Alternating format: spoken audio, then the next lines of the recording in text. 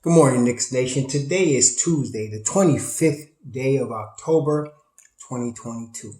I hope this Tuesday finds you safe and healthy, and that the same could be said of your family, that they're also safe and healthy, and that the needs of you and your family, in terms of food, shelter, clothing, as well as health, are being met today. Blessings upon those that work in the healthcare field, and those who are the first responders, who every day are trying to save lives. Blessings also upon those that pick up garbage for us to keep streets and sidewalks and parks clean, and those that make deliveries of things like food and water and mail for our convenience. Double blessings on the men and women who are out here trying to help rescue and deliver the teenagers and the children that are the victims of child molestation and pedophilia. The victims also of pornography and child pornography. The victims also of prostitution and child prostitution. And the victims of sex slavery and human trafficking. And double curses on the perpetrators, the perverts, and those profiteers who traffic and do business in human misery and suffering. Finally, blessings upon the homeless. Nearly 600,000 men, women, and especially children that are living on the streets of the United States of America and millions around the world in similar or worse conditions, and blessings upon them. For theirs is the kingdom. There was a basketball game last night. The New York Knicks defeated the Orlando Magic in MSG 115-102. Now, this game reminded me of a game I saw on Sunday, and this is ironic. The game on Sunday was between the Cleveland Cavaliers and the Washington Wizards. You say, why did that remind me? Because Cleveland added Donovan Mitchell, as we know. And they're expected to compete in the East with the addition of Donovan Mitchell, as we know. And I saw a very similar team to our New York Knicks. And they were in a similar situation to what we were, or the Knicks were, last night. In that, Cleveland started off slow. The Wizards started off fast. Cleveland took the lead and kept the lead. And every time the Wizards kept trying to make a run to get the lead back, and they got within 1 point, they got within 2 points, they were close. All of a sudden, Cleveland would make a move to get the lead back again, and it go back to 6, 8, 10 from 1 and 2. And they kept doing that until finally Cleveland put them away in the fourth quarter. The same thing, and why do I mention that? Because what happened with Cleveland? Cleveland started because Darius Garland was not available. So Cleveland started, of course, Donovan Mitchell. They started Jared Allen at the 5. They started Evan Mobley. They started it was Evan Mobley. It was Darius, not Darius Garland. It was Evan Mobley. It was Karis LeVert, Isaac Okoro, Evan Mobley, Jared Allen. Evan Mobley, Jared Allen, Karis LeVert, Isaac Okoro, and Donovan Mitchell. And what happened, Donovan Mitchell is the weakest defender in that group. But the other 4 are so good defensively that they covered up for whatever shortcomings Donovan Mitchell would have had. And of course, Donovan was being very scrappy. He's determined to prove he could play defense. So he's being very scrappy. So the Cleveland defense was tough from the tip. Okay. And it made Washington look out of sorts. Similar to what the Knicks did to Orlando last night. Very similar situation, because I believe it's going to be us in Cleveland battling for a certain, whatever playoff spot it is. It's going to be us in Cleveland. Just like 2 years ago, it was set up to me, even from preseason, that it was going to be us in Atlanta. And the Knicks ended up going into the 4th seed and playing, it was a 4-5 game where they played Atlanta, and Atlanta beat us. This year is Cleveland. I just feel like it's going to be us in Cleveland destined to be fighting for a particular spot. So and they're very similar. Bernie Bickerstaff, the son, did I say Bernie Bickerstaff? No, that's his father.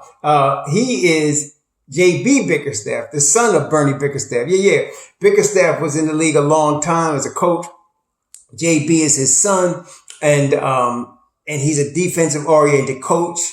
But Tom Thibodeau, I have to say in this case, is the master of defensive-oriented coaches. To me, there's a couple of levels of coaching in terms of defense. Tom Thibodeau and Nate McMillan, in my opinion, are the two top dogs in terms of understanding defense, along with you got to give it to Eric Spoelstra as well. So those are your defensive masters. Everybody else is trying to learn from the masters as far as defense is concerned. As far as overall, Coach Popovich to me is the king. But Bickerstaff had that defense humming, and they were in the game even when Wizards came out hammering in the beginning, all rah rah, just like the Knicks with Orlando last night. And so the Knicks did the same thing. Orlando came out, took the lead, but then the Knicks started, dominating because the Knicks were the better team. And I kept hearing Clyde say, well, the Knicks should be dominating this game because they're doing everything right. When you're a superior team, you wear the other team down. And that's what the Knicks did last night. They were wearing Orlando down because what they're doing, they do every day in practice. What they're doing is part of their template. Whereas Orlando was trying to play above themselves. Orlando was playing like this was a playoff game. The reason why is because they were in MSG. They hadn't won a game yet. And they're desperate for a win. And they were playing like that. Okay. So they came out all blazers gunning, right? But the Knicks withstood that. And then because they're the superior team, just took over. Okay. Wore them down.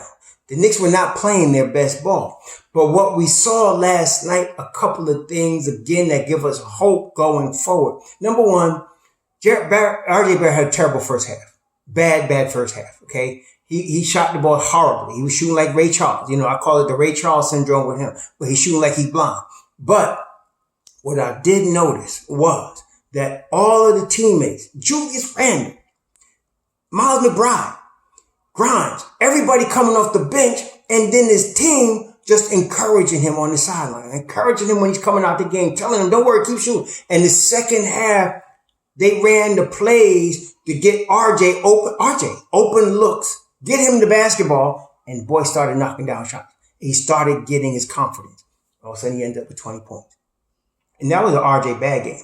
Okay. He ended with 20 points. RJ's pretty much one of those guys that's a scorer, going to score in double figures even in his sleep, especially when he's getting 38 minutes a game, which he got last night. Big, strong kid. He's going to get the job done, and he's going to take another step this year. I'm still calling RJ All-Star RJ because he's going to do that. But Jalen Brunson, every time Cleveland started pushing like they was going to make a run, he just took Cole Anthony to school. See, Cole Anthony's a very talented point guard and came in with the chip on his shoulder at MSG because he feels like the Knicks should have drafted him and made him the point guard of the future, which they didn't do. And he comes in to prove something every time he comes to MSG. The difference last night was Jalen Brunson. Okay. Cole is very talented offensively, but JB exposed him defensively, took him to school. Every time we needed a basket, JB just said, okay, I'm just going to take over here and use this young boy, use him, show him something, and then score. And he did it every time he wanted to, and he would end runs by doing it. Multiple times last night. At least I say 3 times, the Knicks got 4 stops. When they would get 4 stops, the first time they did it, the lead went from like 2 to 11. Because they got 4 stops. They did it a couple of times, and they did 3 multiple time stops, and they just kept building that. That's the key here. And especially the first time they did it, it went from 4 to 11 real quick. Okay, and even when they got 4, they wouldn't capitalize on every stop and score, but it just created a momentum, a synergy where the energy was moving toward the Knicks because again they were the superior team. Period. Okay, Julius Randle. Look, I brought up a year ago that I wanted them to trade Julius because I thought I saw Obi problem coming because Obi to me is all-star talent. I still believe he's all-star talent.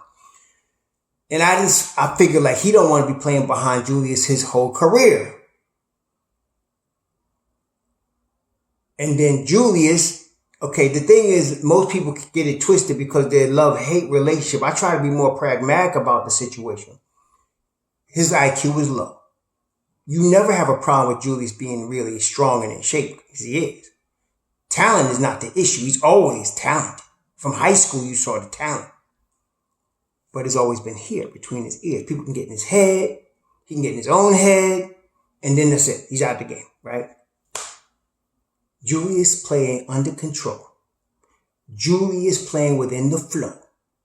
Julius not having to carry the offense, so he has more energy to put on the defensive end, and he's doing it. Julius being a team player. Julius being a support guy. Julius came off the bench in the fourth quarter for Obi Toppin, okay? And you look at that when you get a chance. When they replaced him, Obi Toppin with him in the fourth, he came off the bench and he was slapping his hands, and you could read his lips. Let's get some stops, is what he was saying. Let's get some stops. Hyped to play good defense. Julius is playing the best basketball of his career right now. And a lot of that is due in two areas. Coaching. You got to give the coaching, okay? With Tibbs. And then the guy that left to go to Louisville, got to give him his props to Kenny Payne. And Brunson. Both the Brunsons. The Brunson as the player, because he's going to demand the ball. The ball's his. The key is his. He's telling everybody where to be. Julius respects that. And then there's Rick, who could also get in people's face. And then there's Johnny Bryant, who was also, Julius was walking off the court. First piece to meet him at the sideline wasn't Tibbs. It was Johnny Bryant. I don't know what he said to him, but Julius is not. Julius not arguing with the refs. This is a different Julius. This is all-star, all-NBA Julius. And if he keeps playing like this, the Knicks are going to be good. Let the haters hate. 45 plus, baby. Top 6. That's all I'm saying. Brunson is a key here. Okay? Very much a key. Very much a key. The brains, what I call. Like the Borg. The boy plays with his mind. And he plays with other people's minds, like he did with Cole Anthony last night. No. This is good. This is very good. Obi Toppin only played 14 minutes, but it wasn't because he messed up. It wasn't because he couldn't handle it. The way the game was flowing last night, you wanted that starting unit to close this out last night. And that's what Tibbs did. Tibbs has been substituting wonderfully the first, now we're what? This is the first 4 games of the season. He's been first 3 for the Knicks. This is the 3rd game last night. Substituting wonderfully so far. Really, really good. Okay. So Julius played 34 minutes last night out of the 48 at the power forward spot. Obi Toppin played 14. Obi Toppin was efficient. 14 minutes, right? 10 points in 14 minutes. Running the floor, creating energy, playing defense. Okay.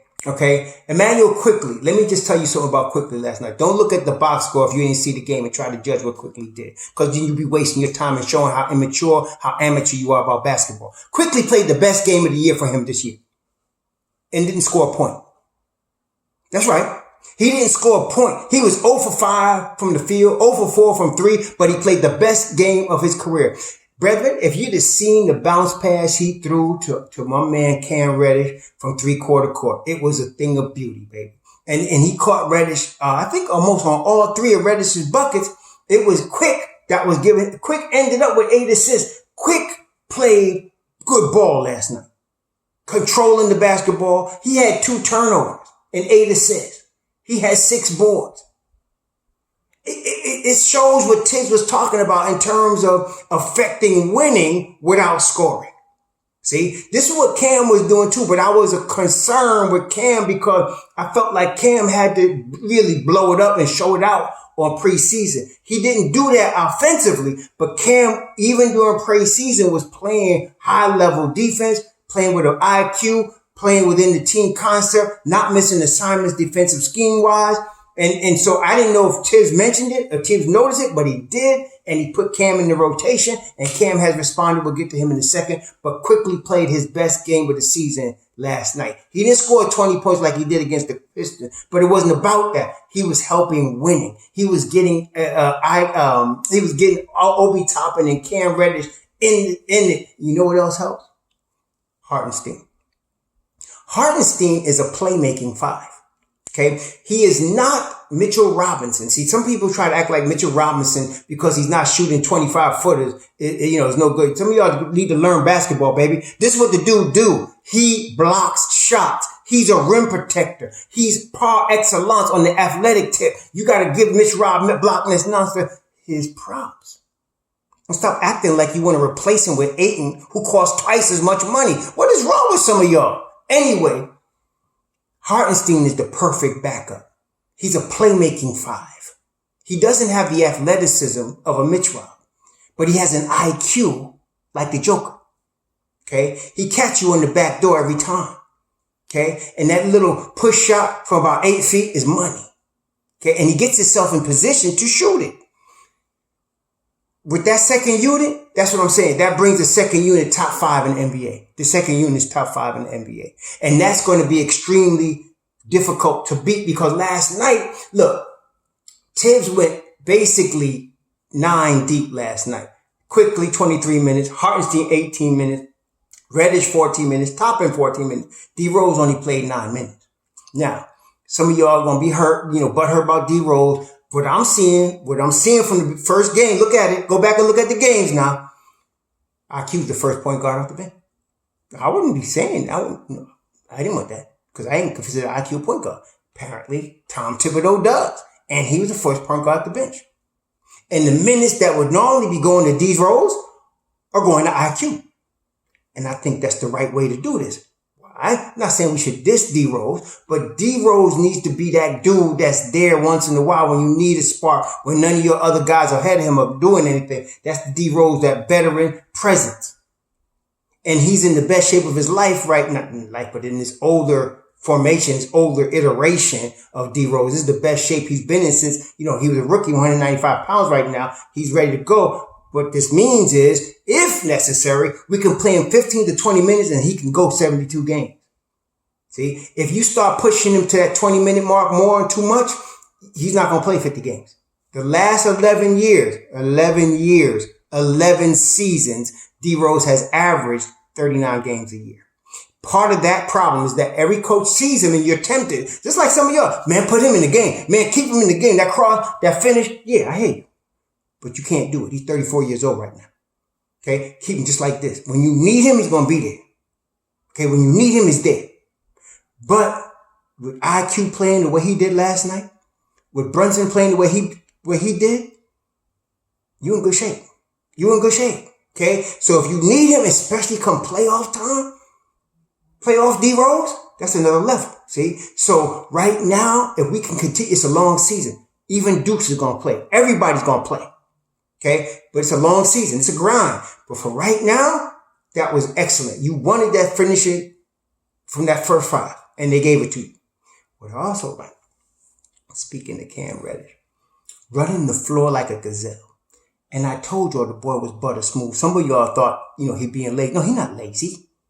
He just makes it look easy because that's how he is. That's what he does. Okay. That's what he does. Now, defensively, that's why he's out there.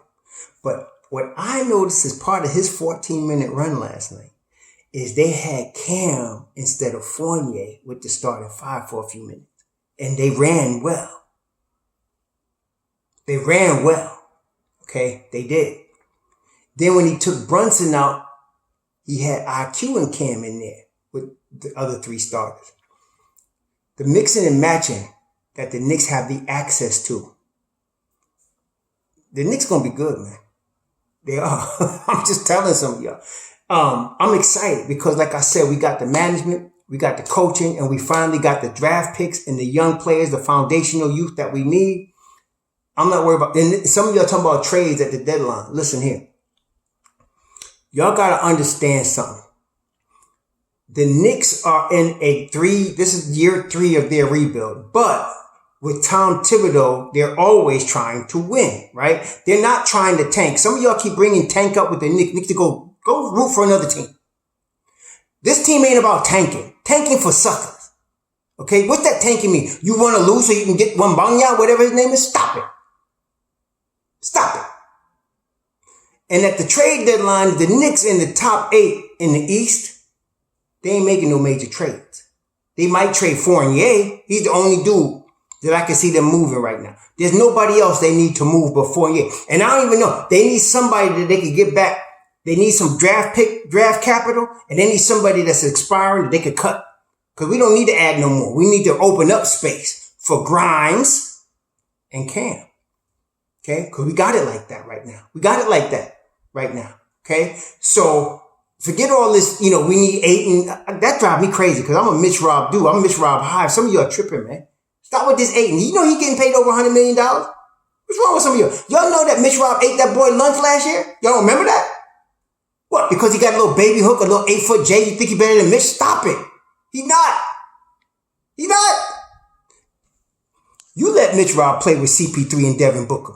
He'd get $100 million too. This is the first year Mitch Rob playing with a real point guard. Mitch Rob, 14 points, 6 boards, 5 offensive rebounds, 3 blocks. And I thought he had more than that. He altered a lot of shots last night. We in good shape, though. We in good shape. So now, okay. Now, they coming to go against Charlotte. Now, Charlotte, don't sleep on Charlotte. Don't sleep on. No LaMelo Ball, no Scary Terry last Sunday. This is last Sunday. No LaMelo Ball, no Scary Terry. Dennis Smith Jr. was manning the point.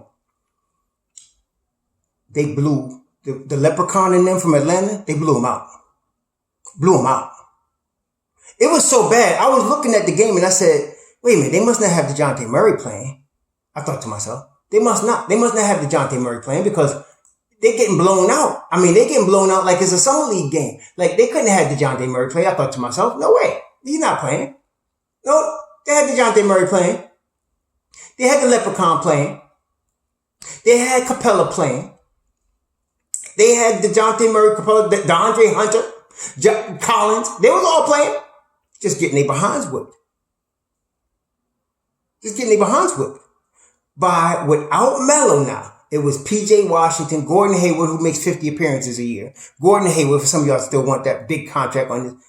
Anyway, Gordon Hayward, Miles Plumlee, Dennis Smith Jr. was the point guard, played 34 minutes, had 18 points, 3 steals, 6 assists, only 2 turnovers. That was Dennis Smith Jr. See, I'm not blaming the Knicks for letting him go or trading him. I mean, you know what? We were looking for that long-term point guard. He wasn't the dude. He wasn't ready at that time. Okay, I'm glad we got Brunson, but I'm glad for DSJ, baby. I'm glad for him, man. I'm happy that he's doing this work. So, and Kelly Oubre also. Now, and I know, as far as Nick killers go, you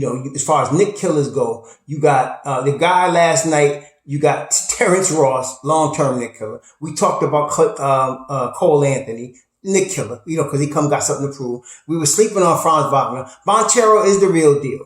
And so for the Hawks, for Charlotte, the Nick killer is Kelly Oubre. He's a Nick killer. Then, of course, you're going to come in. LaMelo's going to be there. Scary Terry going to be there. These are dudes that like to show out at MSG. This is another couple of levels up from Orlando, but not quite Cleveland. That's where Charlotte is right now. Couple of levels up from Orlando, but not quite Cleveland. Okay? So with that in mind, this is not going to be an easy game, but it's one the Knicks should win. I'm picking the Knicks to win this game, and the reason is the defense for the Knicks from day one to now has been top notch. I mean, it just really has. The Knicks defense have been top notch all 3 of these games. And I'm gonna tell you something. Listen here, it's getting better. We're not finished improving yet. So they gave up 112 points in overtime. 115 points in overtime against Memphis, 106 against Detroit, 102 last night. They playing good defense. And it's gonna get better. That's the scary thing. It's going to get better. See, Nick McMillan down there in Atlanta, Nick McMillan's a defensive coach like Tom Thibodeau. Generally, they start slow. That's what I'm telling you. Defensive-oriented teams, for some reason, they always start slow. I don't know why, but they do. Then they start picking it up when you get to mid-season. They start coming on at the end, like the Eric Spoelsters, like the Nick McMillan's team, and like Tom Thibodeau. When you see a Tibbs team come out the gate at a high level. Anyway, the Hornets is not going to be easy. LaMelo Ball, when he was being drafted, I was unsure about him because I was like, he's either boom or bust. I wasn't sure. See, I like something that has lower risk involved. And, when it comes to stuff like that, that's just how when it comes to, I don't like to throw it. Some people say, let's roll the dice and draft so-and-so. That's Knicks past, man. I don't like that. Good teams don't do that. When you have good, solid organizations, you do enough scouting, you understand what you're doing, and you want to make sure you get a kid that could play. Okay? Not boom bust. And he was boom bust, and it ended up he being boom boom, right? I mean, the LaMelo Ball is the real deal. See, he really is. So with him alone makes them good. But then you got Scary Terry, who was also coming off the bench behind Kyrie Irving in Boston until he took over. And then he came to Charlotte to get his own team, which Scary Terry's the deal also. Okay? So this is not going to be easy. But because the defense is playing at a high level on the Knicks side, I'm expecting a win because the defense should keep them in the game long enough for the first unit to do their thing. Okay. And as much as LaMelo Ball is the deal with the ball in his hand, I mean, no pun intended, Scary Terry is the defender of them two, right? I mean, he can play defense, Scary Terry. So it's going to be interesting, to see. They're missing a link that would normally come to MSG and turn out Miles Bridges, but they don't have him. Okay. But I think PJ Washington is taking that upon himself to try to prove something. And then Gordon Hayward, if he plays, I mean, he's not on the injured list, but this is a dude that's on this side of Anthony Ambulance Davis. This is what always hurt. So he's going to play, but when he plays, he's dangerous. Okay. Running the floor like nobody business, cuts to the basket very well. Miles Plumlee is also another Hartenstein, the Plumlee kid. He like Hartenstein. He got high IQ, plays rough and tough. It's going to be a good game. But this is where the Knicks defense should be the deciding factor. And if the starting unit happens to be off, which I doubt, but if they do, the second unit of the Knicks is way better than the second unit of Charlotte. Now, the second unit of Charlotte is led by Jaden McDaniels, really good player. Him and his brother play for Minnesota, really good. They got Boat Knight doing work. Boat Knight is not what y'all think he is. I'm not worried about him. They got Theo Maledon cast off from Oklahoma City. Okay. Then they got this guy named Richards that some of y'all reminded me he played for Kentucky. I think y'all told me he played for Kentucky. Never heard of this boy, but he came off the bench the other night and was killing Washington. So that's their second unit. I like our chances there. Okay. So I'm picking the Knicks to win. I'm not sure it's going to be a blowout or whatever. It could be like this at Orlando game. I'm thinking the Knicks are just a better team. Are going to beat them in the Garden. Knicks need to defend their home court. And then, of course, we got a big game at Milwaukee. This is where Murderers Row starts on Friday at Milwaukee. So we'll deal with that later. But for now, I like the Knicks' chances tomorrow night. I'm picking them to beat Charlotte tomorrow. And I'm looking for, a good game from our starting unit. I'm looking for Mobb Deep to be Mobb Deep. I'm very happy with what we're doing so far. I'm liking what we're doing so far. So we're going to see how this goes, but I'm picking the Knicks to win against Charlotte on Wednesday night. They're not going to be no upset. LaMelo going to do LaMelo. Scary Terry going to do Scary Terry. But the Knicks going to do the Knicks and Tibbs going to do Tibbs. The defense going to be crunching. We're going to do what we got to do. Y'all enjoy your Tuesday. Shalom.